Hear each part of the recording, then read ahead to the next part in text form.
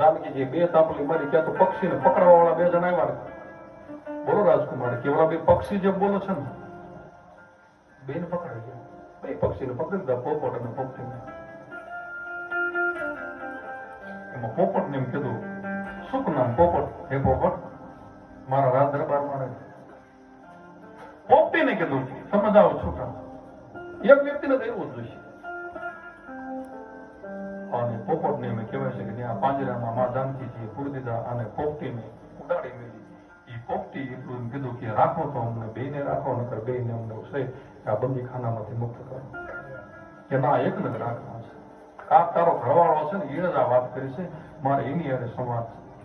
મારે જોવું છે, મને હવે પરણે છે કોણ, મને વનવાસ કેમ મળે છે એ મારે જોવું છે.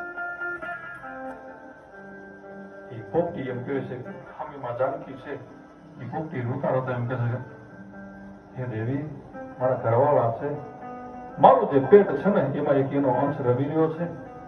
હે દેવી, મારે એની જરૂર છે, મારા ઘરવાળા છે. મને કોઈક શિકારી બાદ જો મળશે ને તો એક જીવ અંદર છે, એક હું જીવ બહાર છું, બે ને એમને મારી નાખશે.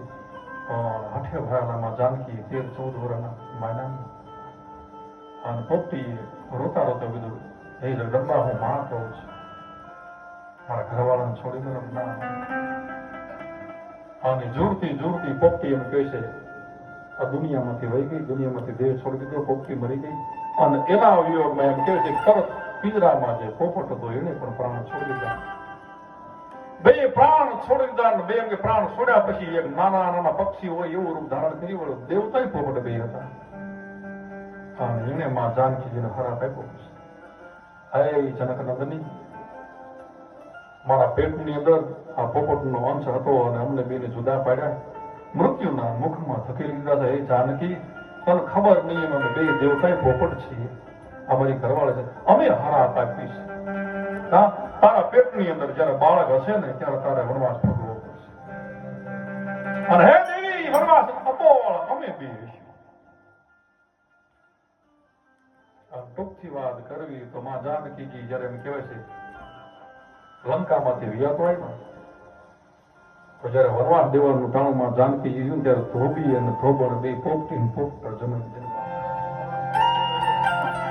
અને એને જ કીધું કે લંકામાં ઘણા સમય સુધી જાનકીજી આનો શું વિશ્વાસ, આનો ભરોસો શું? માએ અગ્નિ પ્રગટાવી એનું પ્રમાણ આપ્યું છે, પણ ત્યારે કોઈ માન્યું નથી.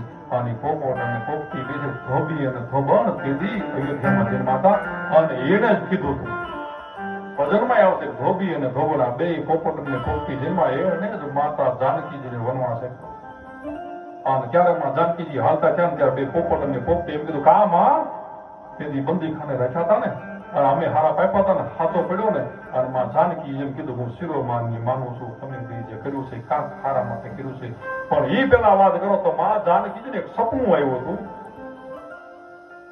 અને એની સખીને એમ કહે છે, હે બેન, અમને વનવાસ મળવાનો છે. અને માં જાનકી કહે છે, હે બેન, મારી આંખ છે, ડાબી આંખ ફરકે છે. હે દેવી, હે સખી, મારી આંખ ફરકે છે. મને એવું લાગે છે કે પ્રભુ રામ વનવાસ જવાના છે. અને કવિ પિંગલસિંહ પાતાભાઈ, રાજ મિલ્લો ચિર તાજ ધર્યો, ગજ રાજ સડ્યો, શું કવિ ગુણ ગાયો, અંતર રાગ મિટ્યો ને ઇતર શાસ્ત્ર બિના ઉપદેશ સુનાયો, હરે દકો કસુ કાજ કિયો નહીં, ગોવિંદ કે કબૂર ના ગુણ ગાયો, દ્રષ્ટિ ફીરો જમ કો જમ દંડલ પિંગલ અંત વહી પછતાયો. કે એકવાર ભજન કરી લીજો, નકર આટલું છે. રાજ મિલ્લો ચિર તાજ ધર્યો,